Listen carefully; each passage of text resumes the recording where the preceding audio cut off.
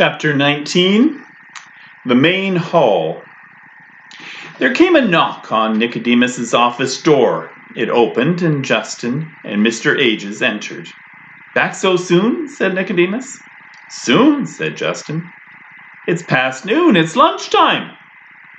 "Past noon!" Mrs. Frisby stood up, remembering her children waiting at home.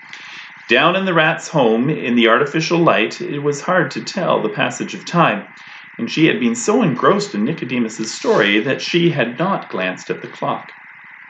Justin was wearing a satchel like Nicodemus's, and from it he took a small paper package. "Here's Dragon's medicine," he said, putting it on the table.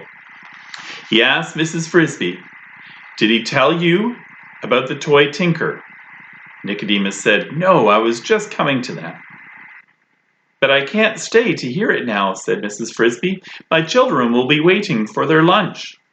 A plan was worked out. Mrs. Frisby would go home and take care of her children. Nicodemus, Justin, Arthur, and the other rats involved would work out the details of moving her house, which would be done that night at about 11 o'clock, after the Fitzgibbons are asleep. "And we're sure Dragon is too," said Nicodemus. Mrs. Frisby would return in mid-afternoon to the rose bush. After Mr. Ages said, "And I'm going to lie down. After making that trip with this cast, I'm tired." "You can have your choice of rooms," said Nicodemus.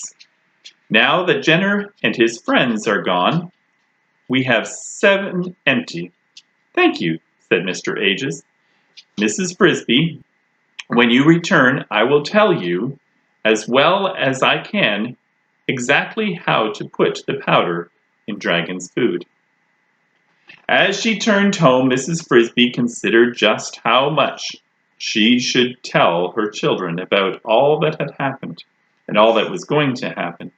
She decided, at that stage at least, she would not tell them about their father's connection with the rats. Also, that she would not say she had volunteered to put the sleeping powder into Dragon's bowl. That would worry them. She could tell them, perhaps, when it was safely done, when, among other things, there would be no chance for Martin to volunteer in her place. She would tell them simply that, as the owl had suggested, she had gone to the rats and asked for help. She had found them friendly and intelligent, and a group of them were coming that night to move the house to a place where it would be safe from the plow. That would be enough. She could tell them the whole story later, when she knew it all herself. But it was not enough. The children were skeptical at first, then intensely curious, especially Timothy, who was looking stronger and feeling more energetic, but still staying in bed, primarily because Teresa and Martin had made him. "But why should the rats do that?" said Timothy. "We don't know them at all. Nobody does. They keep to themselves." "Maybe it's because the owl sent me," said Mrs. Frisby, searching for an answer that would satisfy him. They seemed to be impressed by the owl. "For that matter," said Timothy, "I don't even see why the owl wanted to help. He's no friend of ours either." "Maybe they thought someday he would do them a favor in return." "Oh, Mother," said Cynthia, "how could we ever do them a favor?" "You forget. I did do Jeremy a favor. That's what started the whole thing." "That? Am I getting sick?" said Timothy. "I wish I could get up. I'm tired of bed." "Not yet," said Mrs. Frisby, glad to change the subject. "You must save your strength, because tonight you will have to get up for a little while when they move the house. We must be sure you're well wrapped up and hope that the night is warm." "It will be," said Martin. "It's turned quite hot outside." They ate lunch. That afternoon, Mrs. Frisby told the children that she must leave them to confer again with the rats about moving the house. When she thought of the dangers she would face in just a few more hours, she wanted to kiss them all goodbye, but knowing that Timothy, at least, was already suspicious suspicious. She did not dare, but told them only that they should not worry if she was a little late getting home for supper. On her way back to the rosebush, she felt quite relieved, almost cheerful. Her problem was nearly solved, and the final solution was in sight. If all went well, Timothy would be saved. If all went well, then the thought of what she had to do came back to her like the clanging of an alarm bell. What worried her most was not so much putting the powder into Dragon's bowl, but the fear that at the last minute she might lose her nerve and bungle it somehow. That could wreck the plan. She looked toward the Fitzgibbons farmhouse, and there on the back porch, lying in the sun, was Dragon. He was watching a pair of sparrows playing in the grass halfway to the chicken yard. The tip of his tail barely twitched as he debated whether or not they were near enough to spring for. He looked very big and very dangerous. At least he was not looking in her direction, and Mrs. Frisby hurried on to the bush, directly to the hidden entrance, and slipped inside. When she reached the arched portal, Brutus was standing guard as before, but this time he greeted her politely. "I've been expecting you," he said. "May I go in?" "If you'll wait just a minute, I'll get Justin." He went inside the arch and pressed a small button on the wall. Mistress Frisby had not noticed it before. "A doorbell," she said. "It rings a buzzer down below. If I push it 3 times, you'd see some action." "Action? That's the alarm signal. A dozen rats would come out this door ready to fight. All the rats with the women and children would be hurrying out the back door." I didn't know there was a back door. It comes out in the woods, in a blackberry bramble. It's got a longer tunnel than this one." When Justin appeared, they went down the same hallway as before, but this time, when they reached the chamber where the elevator and the stairway led down, Justin paused. "Nicodemus thought you might like to see our main hall. Just a quick look," he said as he said you asked about the plan. "I did," said Mrs. Frisby, "but he didn't tell me about it. It's more than just a plan now, but we're used to calling it that. If you see the main hall, you'll get an idea of what we're doing." So instead of going down as they had before, Justin led the way across the chamber where, as Mrs. Frisby had noticed, the tunnel continued. As they walked along for what seemed like several minutes, "Somewhere right along here," Justin remembered, "we're entering the woods. You'll notice the tunnel runs a bit crooked. We had to bend it to go around tap roots, some as thick as fence posts." They went on until they came to a fork in the tunnel. "Right fork leads to the blackberry bramble," said Justin. "Left fork leads to the main hall." They took the left fork. "Now brace yourself for a surprise." From ahead came noises, the sound of many rats talking, the sound of hurrying and thumping, and of machinery running. They stepped into the room, full of activity as a factory. It was the biggest room Mrs. Frisby had ever seen, half the size of a house, with a ceiling and a floor and hard gray rock. It was brightly lit with electric bulbs.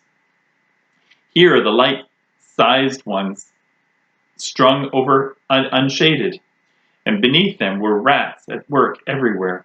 Rats running electrical motors that ran belts, that ran circular saws, lathes, drills, grindstones, and other tools Mrs. Frisby could not name. Rats hammering, welding, cutting, but most of all, rats hauling. There was a steady procession to and from the far end of the chamber, and each of these rats wore a harness to which were fastened a pair of large sturdy sacks, one on each side, like a miniature pack horse. As the rats trooped in, their sacks were empty. They disappeared into a part of the room that was hidden by a high wall of wood. When they came out, the sacks were full and heavy. As she watched a troop of 10, their sacks bulging, went past her out the tunnel. They greeted Justin and nodded to her, but they did not pause. She noticed that just inside the entrance, an electric fan whirled quietly, aiming inward, pulling fresh air into the room from somewhere out in the woods. Mrs. Frisby stood beside Justin and gaped. She felt dizzy at the sight, the motion, the noise, the size of the room, which must have measured 20 feet long and almost as wide. "How could you ever dig out such a big room?" she asked. "We didn't," said Justin. "We found it. It's a natural cave. You can see that the ceiling and floor are solid rock. That's the reason. Or the main one. We chose this spot to live. Others had lived here before us, probably for centuries before there was a farmhouse. Bears, perhaps. Then wolves, then foxes, then groundhogs. We had quite a cleaning job to do, I tell you. When we found it, there was a large hole, only a few feet long, leading straight in, but it was so full of sticks and leaves you could hardly see it. We closed that entrance entirely and dug another, longer and narrower, our back door. Then we dug our living quarters under the rose bush and the entrance you came in. But the cave is still our chief workshop. Let's go in." As they entered, some of the rats looked up. Some waved and smiled, but all quickly turned back to the work that they were doing, as if they were in a hurry. "They're on a schedule," Justin explained, talking close to Mrs. Frisby's ear to be heard above the noise. "So they can't stop working." One group, especially busy, was gathered around an odd-shaped object of wood and metal about a foot long. It was curved and at a point at one end. It looked, Mrs. Frisby thought, rather like the side of a small boat. Could the rats be making a boat? Then she saw that they were fastening a strong metal ring to the top of it. Justin led her to it. "That," he said, "is our most important invention, the key to the whole plan. We made a pilot model last fall. We tried it out and it worked. So now we're making 3 more. And what is it? It's a plow. Nicodemus designed it himself after reading every book he could find around farm tools. It's light and sharp, especially made to be pulled by rats. It takes 8 of us to pull it, more if the turf is tough. But with it, we can turn over in a day of hard work a patch of earth about 10 by 15 feet. But why? What do you need to do it for? Come over here and I'll show you." He led the way to the back of the cave where the high walls stood. He opened the door and beckoned her through. She stood in a large wooden bin, staring at her feet, and rising in a slope to the walls of the cave was a small mountain of grain. "Oats," said Justin. He led her on, opening another door in another mountain. "Wheat," he said, "and others, barley, corn, soybeans. We've been building these stockpiles for a long time," he said, from Mr. Fitzgibbon's barn. "We now have a 2-year supply for 180 rats, plus enough to plant for 2 crops, in case the first one fails. In there," he gestured toward the last bin in the rows, "we have boxes full of seeds for tomatoes, beets, carrots, melons, and a whole lot more." All the time they stood there, The steady procession of rats continued. They entered the bins, took off their harness sacks, filled the sacks with grain, put them on again, and went through the tunnel, out the back door. They looked, Mrs. Frisby thought, like very large ants endlessly toiling on an anthill. Justin must have got the same impression, for he said, if the ants can do it, Nicodemus says, if the bees can do it, so can we. Do what? Why, live without stealing, of course. That's the whole idea. That's the plan.